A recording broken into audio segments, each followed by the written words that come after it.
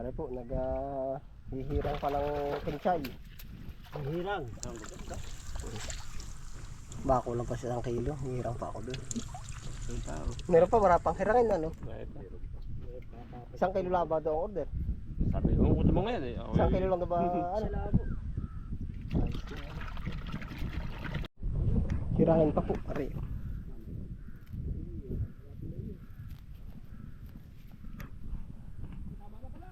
Sakto na. Nayang malalaki pala sa kabila.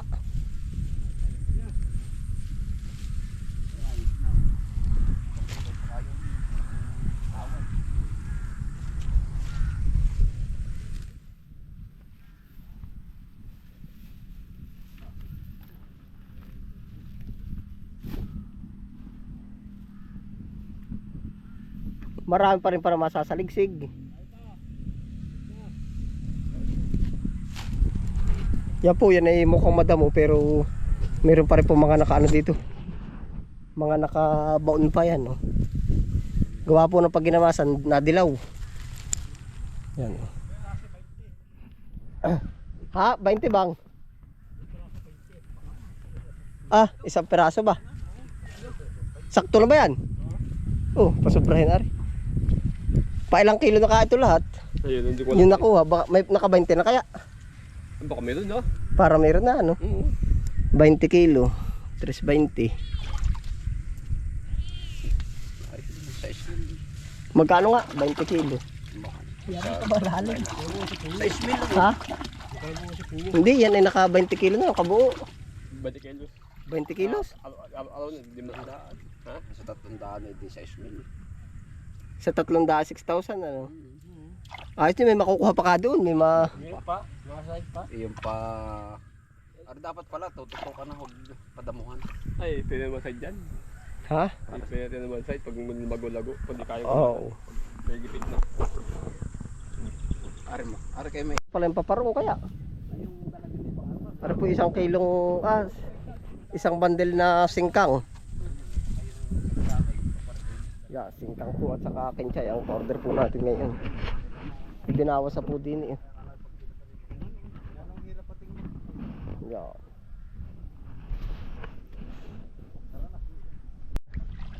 Nain na po. Pero baka papasok ng 20 nung say nasa 18 na ay. Oo ay. Yun na. 20 hindi lang 20 ano, susubra. Nung minsan ako pa tatlo. Oo. Marami na rin nakuha yun eh ano. Oo, 2 kilos na yun. Pero may makukuha pa kaya. Paglalago pa kaya pa mga ilang kilo. Kahit pa mo 2 kilos, paglalago pa. Paglalago pa ano. Ari po yung isang bandil na singkang at saka 1 kilo pinchay. Ihatid po muna natin sa sakayan.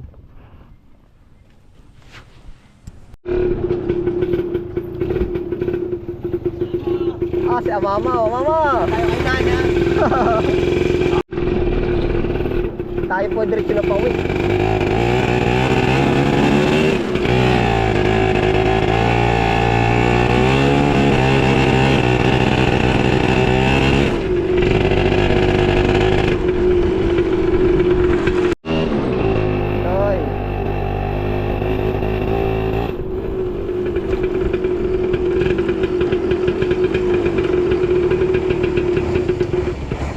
Kamay sari kuya, 70.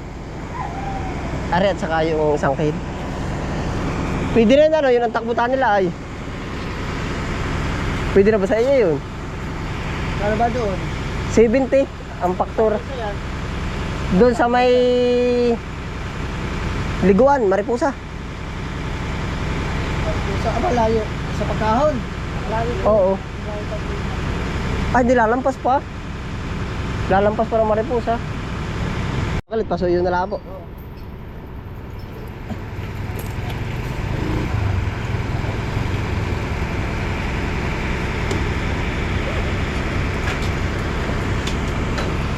Otoy, bukas sa laang. Papakaan pa kong baboy.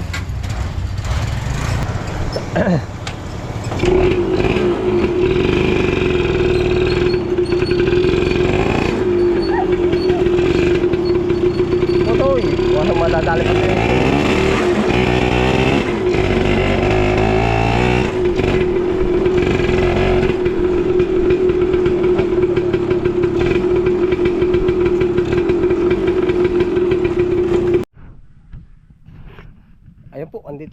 tayo sa bukid po.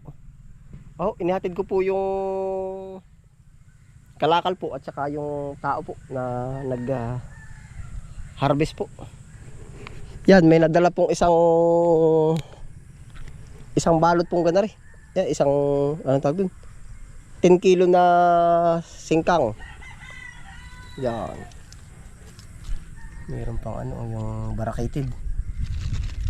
Barakated na singkang. Yan. May na-harvest po dito 10 kilo.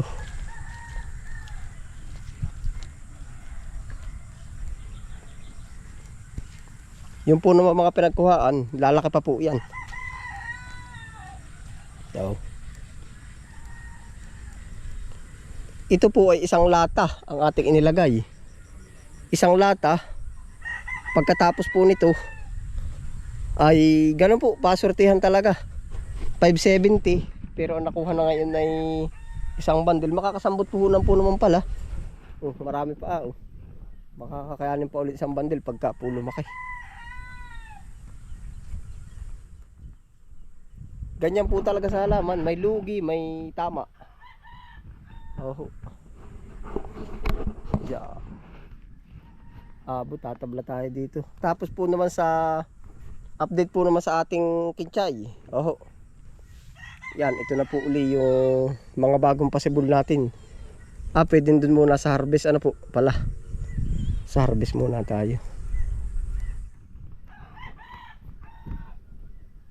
Bago po ulit tayo babalik doon.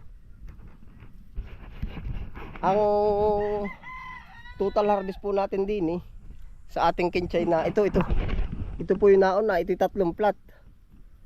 Naka 20 na kilo na po mahigit. 20 kilo mahigit. Medyo yan po yung masukal, pero may mga ano pa po ito, yan. Nasa loob pa yan. Yan, may mga hirangin pa po ba? Mahihirang pa. Ari po ay yung kinchay natin. Naka 20 kilo na po tayo. Estimated kung mag 300 ay 6,000. Ayos po naman. Kumbaga hindi kagandahan siya. Pero bawi po uli. Hindi pa naman totoong naluluglog. Mapera dun sa kabila. About po sa kinchay. Kaya po naman pinapaliwanag ko itong part na ito dun sa iba't ibang ano. Kasi yung gusto yung itanim ay kinchay, singkang. Tapos ay yung pechay mustasa. Yan, para po nakadetalye po sa inyo. Yan. Ay may makukuha pa rin po naman dito. Kung bubunasin po tayo, aabot ng 20 mahigit. 20 kilo. Yan. Halos ang pamuhunan po natin dyan ay 3.5. Ay di sambot na po. Yan po ay hindi tayo malulugi ng lugin-lugi. Tapos balik po naman tayo ay dito sa ito. Yung mga pagkaubos ito na po ang susunod natin. Yan, kinchay po. Ito 1 kilong hasik natin. 3.5 po ang puhunan nito. 1, 2, 3, 4, 5, 6. 5 at kalahati pong plat. Yan, ito po ay medyo nakikitaan na ng maganda uli. Salamat po naman yan. Medyo nakikitaan na po yan ng ganda ang kinchay na yan. Siguro po naman, pagbibilang pa tayo ng ilang araw, aabot pa tayo sa Pasko't Bagong Taon po ba.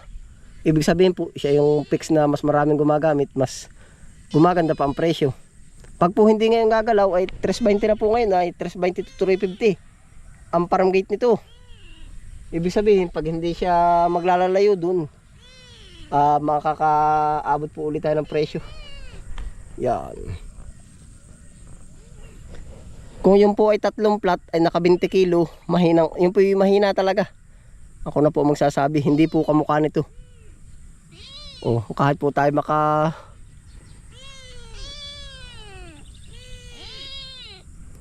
kung tig sa 10 kilo, 1, 2, 3, 4, 5, 6. Kung po aabutin tayo ng tig sa 10 kilo, di 60 kilo ang makukuha natin dito. Abot po. Quality po naman yan. Yung po medyo manipis, papakita ko rin quality. Arika mo na manipis. Yan. Yan, ito na po ang pinakamanipis natin. No?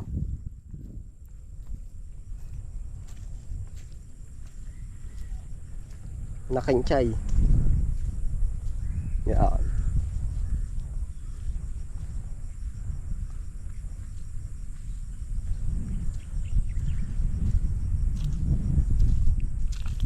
Yan na po yung pinakamanipis. Balik po tayo dito sa pinakamakapal naman.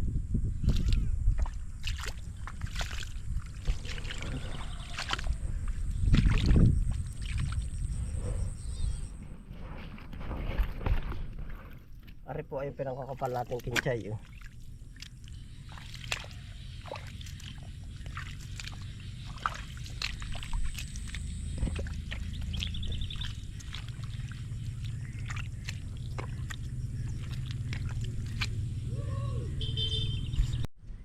Yeah, ito po yung ating kinchay na makapal-kapal. Oh.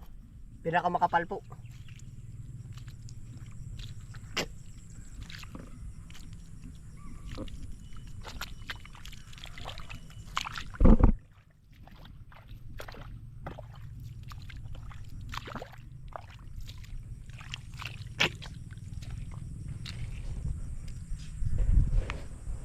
Yan na po yung ating pananim. Ano po? Gawa po natin laderize. Laderize ang pagkakatanim. Yung isa paubos na, ito na ang kasunod. Pero meron po ulit tayong kasunod dito. 1 kilo ulit. Pa isa 1 kilo po ba ang ating hasik? Meron na po ulit tayo dito 1 kilo. Yan. Gana rin na naman po. Yan, sibol na oh. Para po continuous yung ating pa-order. Pagbubinasin. Pag po magiging tuloy-tuloy yung ating tanim, may maaabot tayo mataas, may maaabot na mababa. Adi tawag po doon pasuputan. Pasuputan yung paswertihan. Oh. Ibig sabihin pag nakasupo tayo ng mataas, ay di swerte. Oh. Yun, pasuputan. Ito po ay 1 kilo uli. Yan, oh, ilang plat ito? 1, 2, 3, 4, 5, 6, 7, 8. Aba, 8. 8, yung kabila 6, 8. May hati po dun sa gitna ay. Pag pinagdugtong are, di 1, 2, 3, 4. Pag pinagdugtong 5. 5 imedya are, pag pinagdugtong. Mas pinakapalang ko po palang hasik nito. At sabi ko nga, pag tag-ulan, talagang posibleng may mamamatay. Ano ba tawag doon? Mortality. Yung pong mamamatay para dun sa isang iras. Aho. Kung nagets nyo po ano, ari ay 5 kalahating plat. Ari 1, 2, 3, 4, 5. Abay, pa-6 pala naman. Paano nga ba? 1, 2, 3, 4, 5. Aba, mas manipis po pala ari. Mas makapal pala ang hasik na rin kaysa sa dini. Mali pala yun. Sabi ko nipisan, di okay lang po yung part na yun ano. Basta sabi ko sa kanila, yung po mga humasik, yung ating ilalaan yung pagkasira po ba ng buto, hindi laging 100%. Oh, tinatarget ko 50% yung sisibulaang. Ay di para po sa space requirements ay sabi ko medyo kapalan. Halip na ano, ayun po pala mas lumawak pa. Oh. Tapos po, ang isang estimated po ng nagtatanim ng kinchay pagka magagaling humasik, ang 1 kilo, magandang panahon, timing lahat, magandang panahon, magandang alaga, magandang ano. Kaya pong mag-harvest ng 300 to 200 kilo ang 1 kilo. Opo, yan. Mababasihan po natin.